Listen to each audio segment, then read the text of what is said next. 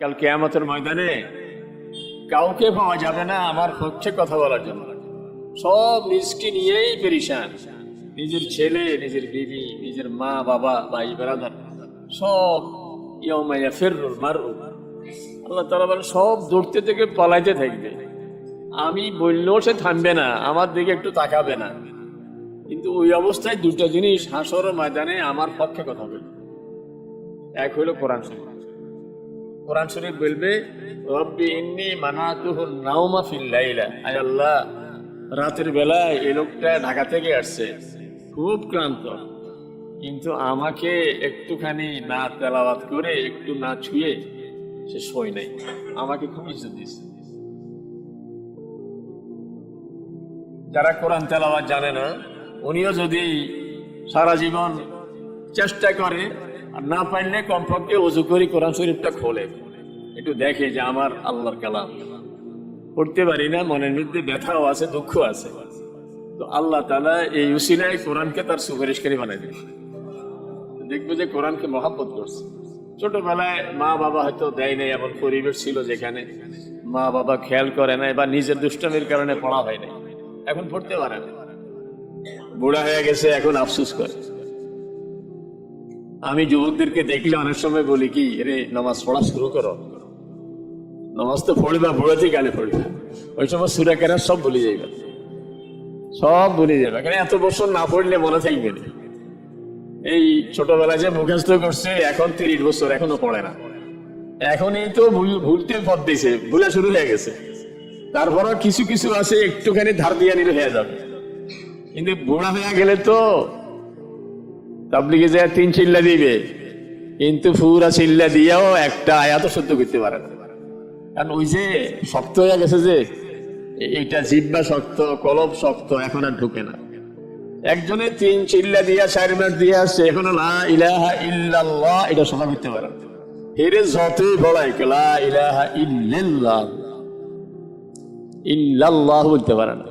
আমি দেখছি মুহাম্মাদুর রাসূলুল্লাহ এটা বলতে পারে না, মুহাম্মদ ইয়া রাসূলুল্লাহ, মুহাম্মাদুর রাসূলুল্লাহ এটা তারা আসে না। ওই যে বুড়া হয়ে গেছে, এখন শুদ্ধ করতে গেছে। এই জন্য যারা জওয়ান, যদি এখন একটু চেষ্টা করি হয়ে যাবে। সূরা কেরাত অনেকটাই ঠিক আছে, তারপরও মসজিদের ইমাম সাহেব হোক, কোন পরিচিত এক হুজুরের কাছে বসি হোক, এই কতক্ষণ লাগবে, না হয় আধা ঘন্টা লাগবে, না আরো কম লাগবে, যে একটু শুনে আসি আমার সূরাগুলো ঠিক আছে। যদি বলে যে না মাশাআল্লাহ ঠিক আছে, তাহলে শুরু করবো, নামাজ আর ছাড়বো। কিন্তু কোরআন শরীফে অনেকে ছোটবেলায় শিখছেন, না পড়তে না পড়তে এখন কোরআন শরীফে ভুলে গেছে। রাসূল সাল্লাল্লাহু আলাইহি ওয়াসাল্লাম স্বপ্ন দেখছিলেন, খুব লম্বা স্বপ্ন। তার মাঝখানের কথাটাই বলি, মানে বলতেছিলেন যে কেউ কোনো স্বপ্ন দেখছে কিনা। আমার নিয়ম ছিল ফজরের পরে স্বপ্নের ব্যাখ্যা দিতেন, ওদিন কেউ কোনো স্বপ্ন দেখেনি। রাসূল বলতেছেন আমি একটা স্বপ্ন দেখছি। নিজের স্বপ্নটা খুব লম্বা স্বপ্ন ছিল, এর মধ্যে একটা হইলো যে আমাকে 2 জন লোক নিয়ে রওনা করছে, এক জায়গায় নিয়ে দাঁড় করাইছে, একটা লোক শোয়া, আরেকজন লোক একটা গোল পাথর হাতের মুঠের মধ্যে নিয়ে দাঁড়িয়ে আছে। এই গোল পাথরটা তার মাথায় খুব জোরে মারে, তার মাথাটা একবারে চূর্ণ বিচূর্ণ হয়ে যায়, পাথরটা গড়াইতে শুরু করে। ওই যে গোল পাথর, এই জন্য হাদিসে গোল পাথরের কথা আছে, ওই যে পাথরটা ইয়েতাদা হারাজু গড়ায়, তো গড়াইলে ওই লোক পাথর আনতে যায়, এই ফাঁকে ওই লোকটার মাথা ঠিক হয়ে যায়, আবার মারে, শুধু এরকমই করতেছে। তো রাসূল হিসাম বলেন, এই দুজনকে আমি জিজ্ঞেস করলাম যে এই ঘটনা কি, এই লোকের এই অবস্থা কেন? বললো যে কোরআন শরীফ পড়ছিল, পরে ভুলে গেছে। এই জন্য যারা কোরআন শরীফ পড়ে ভুলে গেছে, এখন পড়ে না, পড়তে পারেও না, ছোটবেলায় পড়ছে, এখন আর এই বাতাসাও চিনে না, বড় মারাত্মক খবর আছে। এই জন্য রমজানে কোরআন শরীফের সাথে লেগে যাব, পড়া শুরু করে দিব।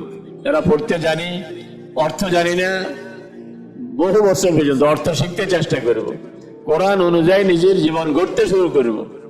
তাইলে হাসরের ময়দানে আমার পক্ষে বলার মতো কেউ নেই, কিন্তু কোরআন সেদিন আল্লাহ পাকের আরশ ধরে থাকবে, বলবে রব্বি ইন্নী মানাতুহুন নাওমা ফিল লাইলা, হে আল্লাহ রাতের বেলায় এই লোকটাকে আমি ঘুমাইতে দিই না, আমাকে তেলাওয়াত করে তারপরে শুইছে, আমাকে ধরে আমাকে দেখে তারপরে শুইছে। ফাসাদতুনি ফি, আয় আল্লাহ, তার ব্যাপারে আমার সুপারিশ আছে, আমার সুপারিশটা কবুল করতে হবে। আল্লাহ তাআলা বলেন, যাও, তুমি যা বলবে সুপারিশ আমি কবুল করি। কোরআনের সাথে যেন আমাদের এরকম সম্পর্ক হয়। মোবাইলের সাথে এখন সম্পর্কটা যেরকম, ঢাকা থেকে আসলে ক্লান্ত, এরপরও দেখেন যে কোনো মেসেজ আসেনি, ফেসবুকে কিছু আসেনি, ইউটিউবে আসেনি, কোনো খবর আসেনি। ক্লান্তির ভিতরেও একটু দেখেন, ঘুম থেকে উঠিও দেখেন, কোরআনের সাথে এরকম সম্পর্ক। আর দ্বিতীয় নম্বর হইল, রোজা বান্দার জন্য সুপারিশ করবে, বলবে রব্বি ইন্নী মানাতুহু তুআমা ফিন নাহার, আয় আল্লাহ, দিনের বেলায় তাকে খেতে দেইনি আমি। তার ক্ষুধার কোনো কমতি ঘাটতি ছিল না, ক্ষুধা ছিল খুব মারাত্মক, ক্ষুধা ছিল তার, দুর্বল হয়ে পড়ছে। ঘরে খাবারও খুব মজাদার খাবার রান্না করা হয়ে গেছে, তৈরি হয়ে গেছে, জোহরের পর থেকে তো আইটেম কিছু কিছু প্রস্তুত হয়ে গেছে, কেউ দেখতো না যদি সে খেত, কিন্তু আল্লাহ সে আমার ইজ্জত দিচ্ছে, আপনার ভয়ে খাই নাই, এই জন্য তার ব্যাপারে আমার সুপারিশ কবুল করেন।